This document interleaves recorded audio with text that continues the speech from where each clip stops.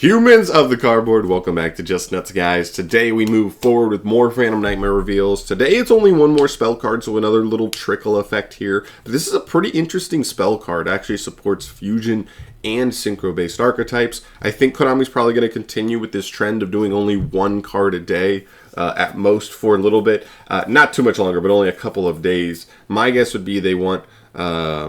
since the focus in the TCG right now is all on Age of Overlord, I know these are technically OCG reveals, but I think they do still consider the fact that the TCG as a whole looks out for OCG reveals too. I think they might wait until the Age of Overlord pack openings come through from the content creators and we get like the whole rest of that set revealed before they continue and actually get into like the heavy Phantom Nightmare reveals. So if you've been paying attention to that, I think we still have to get like a video about Snake Eye and TGs, which will probably be like today will be one, tomorrow will be the other, and then I think Friday maybe will be the pack openings, which we'll find out the entire rest of the set. So excited to see what comes from that, but you know, we still got to focus on this card for today. It's actually a pretty damn cool card. So let's get into this thing. This is Back Mutation, a brand new normal spell card. It has some really cool artwork of this like weird demon guy's arm shifting into Cyber Dragon.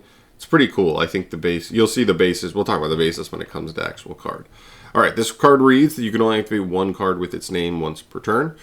Tribute one fusion or synchro monster as cost to special summon a monster with the same original level from your deck, but return it to the hand during the end phase. So basically, this is a backwards metamorphosis.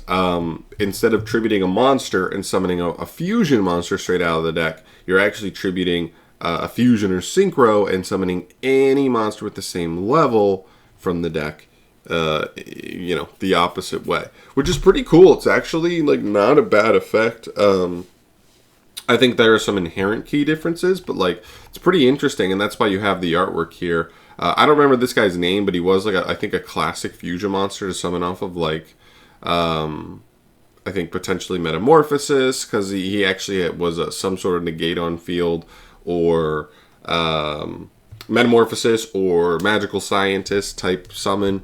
And I believe he's level 5. So as you can see here, if you tribute him with this card, he would be turning into a level 5 Cyber Dragon. That's kind of the idea here. Just two pretty classically used, you know, level 5 monsters here. Makes sense. Cool. So looking at it here, it's a pretty interesting card. I would say the one thing that gives me trepidation about this card is that it's the opposite of Metamorphosis. The thing that made Metamorphosis so good is that it got you to your extra deck. So it was actually sort of an extender that was really good. But this card's a little bit different because you have to already get to your extra deck to even make this card alive. And you know, in modern day Yu-Gi-Oh, it's pretty easy to get to your extra deck, but specifically fusion decks sometimes are not as easy, right? Like you have to, you know, a lot of, you know, just the basis of fusion decks in general means like you normally need at least 3 monsters and a spell anyway, or sorry, 3 monsters, 2 monsters and a spell anyway. Synchros may be a little bit easier to do, but you have to put everything on field, and sometimes you can get punished that way. You know, so it is a weird instance. I do think there will be some archetypes that can kind of, you know, work with this a little bit easily. I kind of wish this was a quick play. That way, for decks like, I think of like Dinomorphia, that can like fusion summon on the opponent's turn. If this was like a quick play, you'd be able to like set it, and like if you fuse into something, if your opponent has an out to it, you can kind of dodge with this and then summon like another monster from deck that kind of threatens them. That would be kind of funny, but I mean, like, it is what it is. I understand why they didn't make it a quick play. That would actually make it way better too, because then even playing into boards or with like hand traps, if your opponent tries to like hit something while you're like playing, you could then chain this and like dodge and resolve stuff and still get a body out from it. So I get it. But I do like the genericness of this. The fact that it's just like Metamorphosis in the sense that it's any level. It doesn't have to be a monster of the same type or attribute or anything. Doesn't negate the monster on the field. The only restriction is it bounces that monster to the hand at the end of the turn. But even that's not that bad because, one, you get the monster back to hand, so you could use it next turn anyway. Plus, most of the time I'm assuming you would just be summoning like an extender card. You know what I mean? You summon something that's like going to help you push through, not just like a monster that just comes out and does nothing and then he goes back to hand. So I think this is cool. I think it's an interesting card. I think the fact that it's not a quick play and the fact that it requires you to already put your X-Check monsters on the field, I don't love. But I think it's an interesting card. And if we got archetypes that like really just cheat out fusions, cheat out synchros like really easily without even having to like commit too many cards from the hand, it's like resource efficient, then I think this card becomes interesting. I think this is one of those weird cards that kind of falls in the same kind of realm as like Duality and I can't remember the name of the other. Shadow's Light, I think was the other one. Those two cards that we got revealed either, is it early this year or late last year?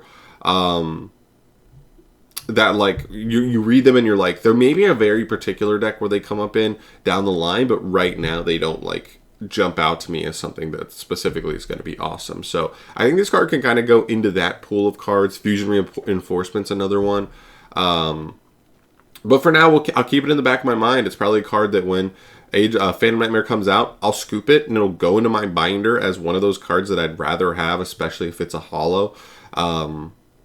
You know, just have it in the barracks, just waiting, just in case something comes out where it's really nice. But it's interesting though. It's definitely an interesting card. So yeah, that's it for today. I'll keep you posted on anything news-wise that comes further down the line. Hopefully those reveals are nasty. Hopefully we're getting good Phantom Nightmare reveals soon after. I mean, we're still sitting at like waiting on 50 cards in, when does this set drop? The set literally drops in like 24 days. So 50 cards in 24 days, and we probably won't, they'll probably have all the reveals out within like 5 days of the set coming out. So we're probably looking at more like 50 cards in 20 days, something like that. So really nasty. I'll bring you any of that stuff as we go. Thank you so much for watching though. Let me know your thoughts down below on this card. If there's any particular decks or synergies you're thinking of right off the top of your head for this card, I'd love to hear that. But I'm out of here for today. Thank you so much for watching as always. Subscribe for more stuff from me down the line, and I'll see you in the next one.